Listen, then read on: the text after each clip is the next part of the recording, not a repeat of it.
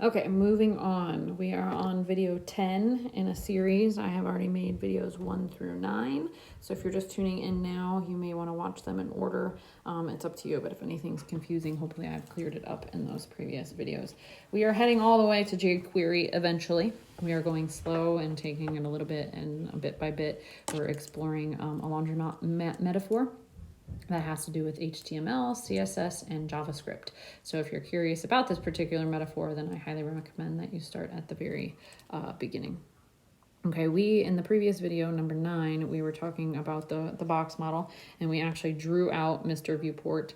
It looks like a hot mess now, especially if you didn't see it in action in the previous video, but we are going to work with Betty Block when we go into live code, and we are going to code out this very interesting representation, a visual concept of what happens in the viewport when you are utilizing the box model. I'm going to live code it for you, so hopefully you can see a little bit more of what is happening. Before we go over there, just a reminder that we're going to have content. The size of the content is controlled by whether or not the display is set its default, either block or inline, and that's typically controlled by the element tag and its default, which we explored in other videos. Then we have padding, which is controlled by a CSS property, and it's there even if it's just set to 0. You are not going to see it though. It creates white space. It's going to be more of an invisible part of the box model. And then we have the border, which again is there, but is by default set to something very minimal or 0. And it can be set by you through CSS properties and values. And then we will have margin, which typically, at least in my experience, this may be inaccurate, but the margin stays invisible, and it almost works as an invisible force pushing the box that's created by Mr. Architect, the HTML guy. The margin pushes and forces and moves things around in the laundromat. It can move them left, it can move them right, it can move them top and from the bottom. So we are going to code all of this chicken scratch in live code here.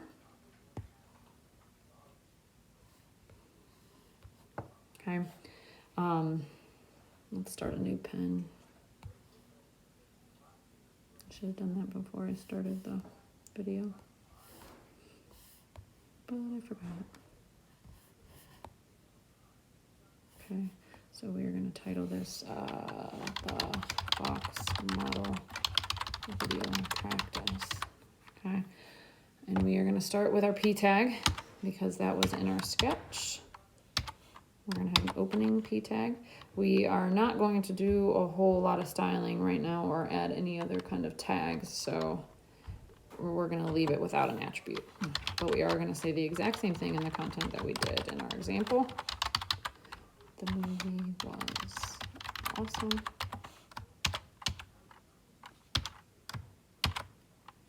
Okay, and you want to double check down in your viewport. It should be rendered. Okay, the reason that it is at the top left right now is because the P tag element is set to its default property, which is block. So when I set this over here to block, absolutely nothing is going to change. Okay, so that determines the size of the content. Right now, I'm going to just temporarily show you what the size of the content looks like, but we're going to take it right back off just because I want you to visually see it 2 different ways before we move on. I'm going to save this because I messed that up in the last video and one of the videos and had to retype it. Okay, so let's go ahead and set that to pink. Okay, so right now we know it's a default block element. It's colored pink. It stretches from the left to the right and starts in the top left corner. I'm going to keep that pink for now. Yeah, let's keep it pink. That way you can actually see the changes and what's happening. So pink will represent the content. All right, in order to move this how I want it to move, I'm going to need to set it as something different. We're going to try it as just an inline because that's what we talked about in the last video. But I'm not 100% sure just because I'm somewhat new myself. I am not 100% sure it's going to style everything that we need. If it doesn't, we're going to go back and change that display. Okay, so immediately, hopefully you saw that. It changed from stretching from the top left or I'm sorry, starting at the top left and stretching from the left to the right. So I'm going to show you that one more time in case you missed it. If I set it to block, it's going to go to its default state and it's go from left to right. If I change it to inline, it's going to then just hug the content and only take up the space that it requires to cover the content. So that is how we changed the size of the actual content for this particular tag element. I'm not going to say it works like this for every single tag element because that's not true. There might need to be different attributes or different bosses of those particular things. But for this block element, it is working. All right, so we have set the content size. But if you remember from our example, this is not where I want my heading to end up. I want it to be more centered and pushed down more towards the page. So we have to do a little bit of work here to get it where we want it to be. So it doesn't really matter what order you set it in, but for our purposes, I'm going to set a border first just so you can kind of see what is happening. So let's put border teal. Let's just set that for now, see what it does. Okay, nothing. And I'll tell you why. Okay, let's go back into our W3 Schools properties. And remember, we're at CSS. And we have gone down to, just as a reminder, we have gone to CSS reference. And we look at all kinds of different properties. So I need to, the border didn't work when I first set it. So I need to double check how to get the actual border and because the border is an integral part of the box model. So I want to make sure it shows up. So in order to set a border, I need to set the unit height or the pixel, or width, I should say, not height. Determine whether or not solid, dotted. And then I need to set a color. All right, so let's go back into our code pen and we will actually set the color how we want it. Let's go blue, so hopefully you can clearly see it. And we're gonna set it at 2 pixels. Okay, so the border at this point, I have set it. It's 2 pixels in width. You could set it a different width if you want. You could do 6, and it will make it thicker. You could go 25 if you want. It would make it thicker. Okay, but no matter what, at this point in time, it's hugging the content too. It's going to stay, even when it was thicker, it doesn't look like it. It's still starting at the actual content. It just is so thick that it looks like it's spread out, okay? But it's still hugging right around that content. So let's go back to 2 because that's a huge border for our purposes. We don't need it. I think actually in my example though, I did 5, so we better stick with what we were doing in the previous video. So I have a border of 5 pixels. All right, but I also want some padding. Remember that, let's go back to our visual really quick, just so we see kind of where we're at. Okay, so we have already set this. We've set the content, that's done. All right, and we have set the border, that's done. And now we're just making a hot mess now, aren't we? Such is life. Okay, but we have not yet set this padding, this teal color, because the border, if we go back into our live code, the border is hugging the content right now. That's how I know that the padding is not there. There's no white space, or very little. There's just enough to take up the size of the actual text. So let's set our padding. In the example, we did, it looks about 2 units.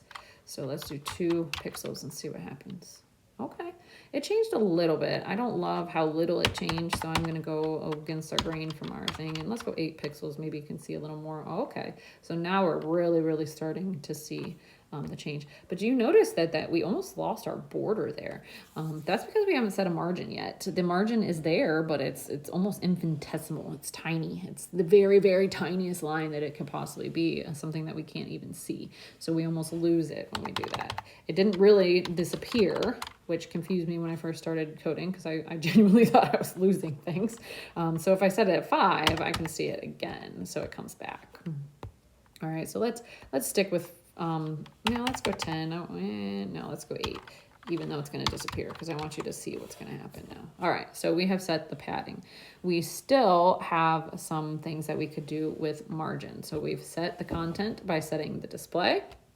We have set the border here, and we have set our white space inside the same area. So the padding lives inside with the content. It's something to kind of protect the content and give it some breathing room, just like in an Amazon box. Okay, so you have an outside box, which would be the blue border. We have the inside padding, which is the white space around. And then it's not white right now, it's pink, but we could make it white so you can actually see that I'm talking about.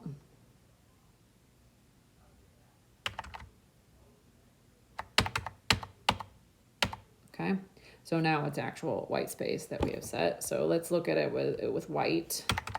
So you know, I don't want to be confusing here. Because you'd be like, wait, there's only pink space. We could go 300. I don't know what'll happen. Might go crazy. Whoa, there's a lot of white space. Okay, so let's stick to 8 for our purposes because the heading doesn't need that much. All right, I'm going to leave the pink off since you get a little bit. That way we're just dealing with the actual box model here and nothing else.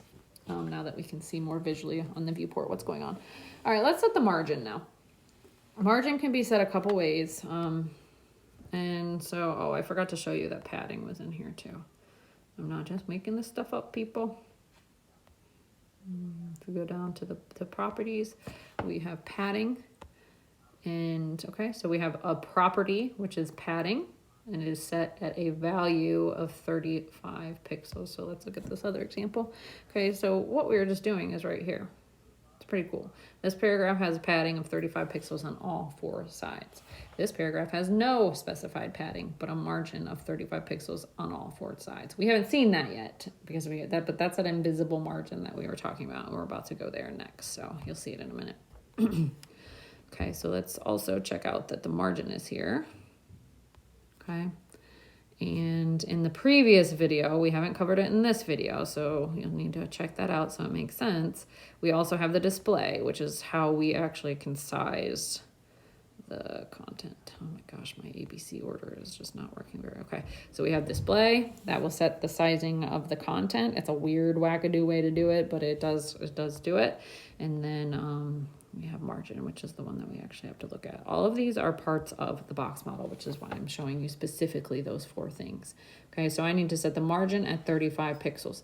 Okay, if you can see below this margin, there's margin block end, margin block start, margin bottom. I mean, oh my goodness, like margin everything.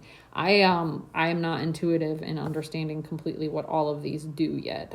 I lend to W3 schools quite a bit, and that's partly why I'm so slow. And by no means I'm going to get like a superior job as a coder right now, because I just don't get it quite. But I know that that's going to control the movement of the actual element. I at least know enough about that. Okay. All right, so let's set the margin. Okay, we're going to do it just like the example first and see what happens, just with 1 unit. I'm going to set it at 35 pixels. That's the one that was in. Okay. Didn't do much. It kind of just went left. Okay. It didn't bring any of my border back. It didn't move it down the page, but we at least got it to move left. So that was pretty cool. All right, so let's see what happens if I do this. Okay, 35. Let's stick with 35 just because that seems to be a good number. Okay, I'm going to set it there. Nothing happened. Okay, let's try this. Nothing happened. Okay, let's try, and I'll explain this in a minute here.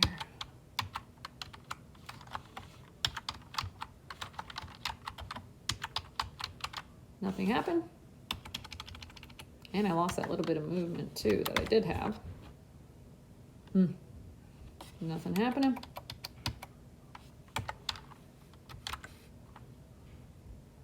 Okay, let's just see what happens when I set this as inline block. There we go.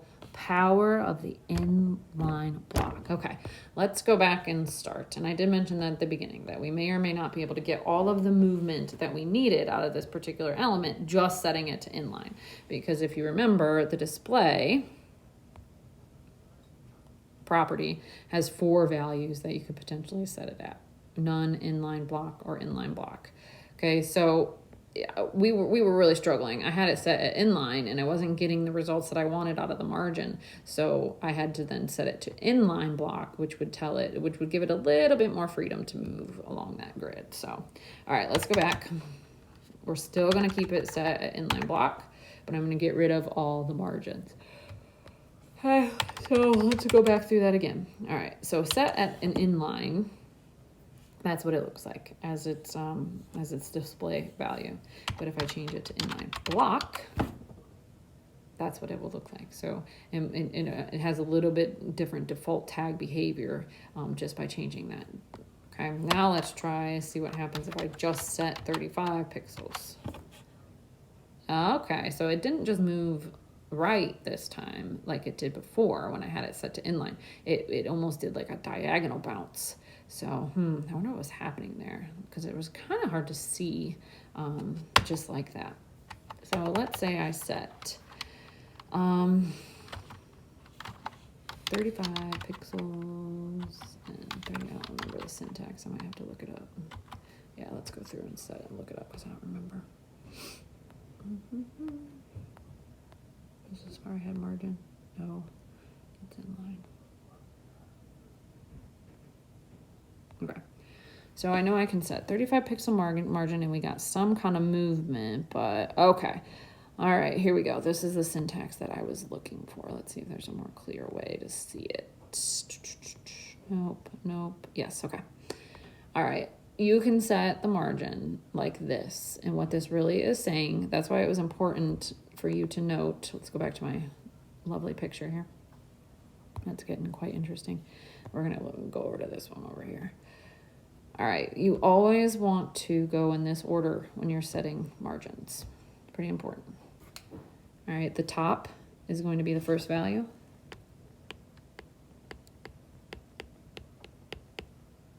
It's clockwise. I think that's clockwise. I honestly have to look that up. It's been that long. Right equals number 2. And then you're going to set the bottom value. And if I'm wrong on this, we might have to redo it. But I'm just doing this from memory, and this may not be correct. And then left goes to number 4. Okay.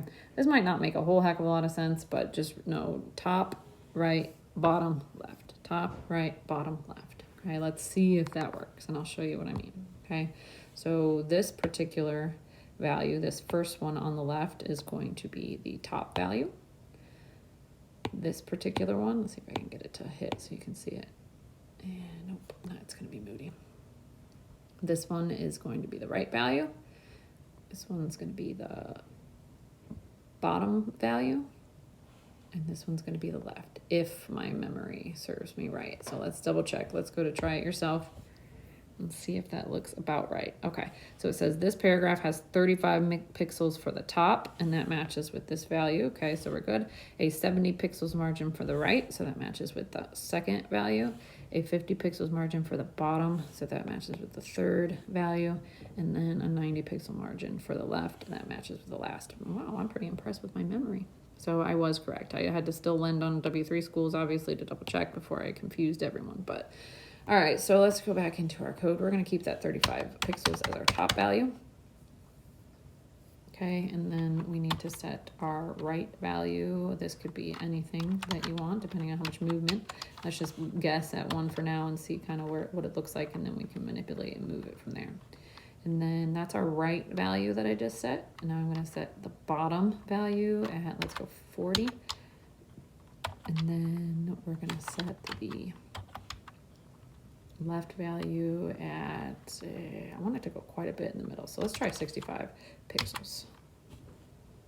Okay, so I got some movement. Is it completely centered where I want it to be? No, it's not even close. And there are different ways to center things. Don't think that this is like the only way that you can center things. That would probably drive you a little loony.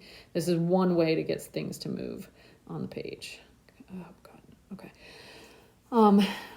But I did get it at least heading to the right direction. So let's play around with it a little bit. But what I want to do is create another element, which is why I'm trying to move this a little bit, but it's really the iPad's just not doing what I want it to do right now.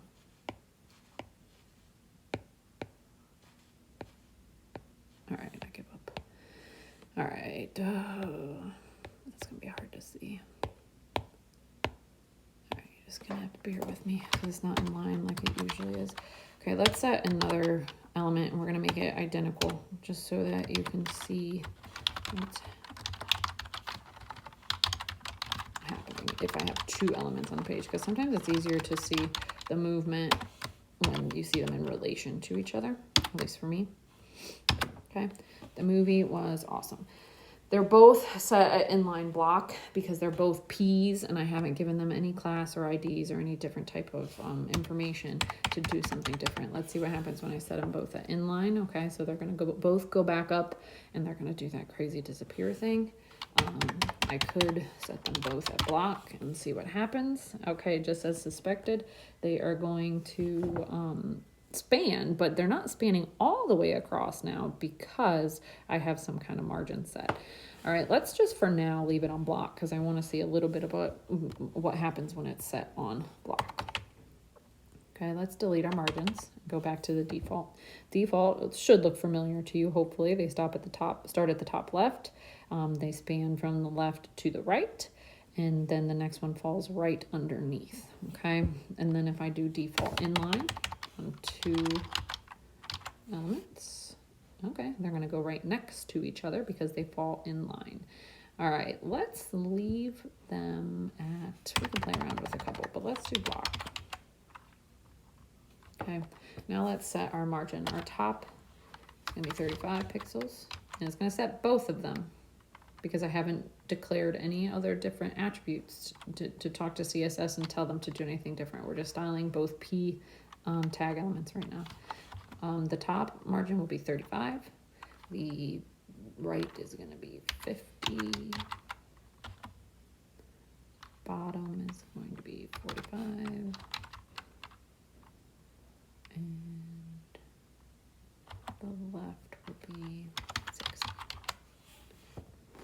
Okay, not too much of a drastic change. Let's try to set that left a little higher. Maybe we'll get a little bit more magic to happen. Okay, see what happened there? So the left now is set as at 160 pixels. So that made a little bit more of a drastic change. Let's see. So we have this one I know is the top. This one is the right. So let's try making this one a little bit bigger because I know this one is the right value. Okay, so we're getting a little more centered now. That's pretty cool. Let's see what happens when I set the bottom. This is why I wanted to have two elements on the page, because if you set the bottom, you can't really see what's going on without having another one. There we go. See why I needed to have two there. There's a little method to my madness every once in a while. Now move it even farther. We could move them closer. We could have 6 pixels. We could have 1 pixel. We could have 0. Okay. This one is going to be a little bit confusing because I think we're running into the rule of collapsing margins a little bit, which, yeah, we're not even going to go there till today. So just, we're not going to mess too much more with the bottom because there's a whole another slew of rules that go with that. So we're going to go back to this one element. I just wanted you to see a little bit what was happening when we have a block element. You know what? Nope, we're going to leave it because I want to show you when we switch it to inline real quick. And then we'll go back to that.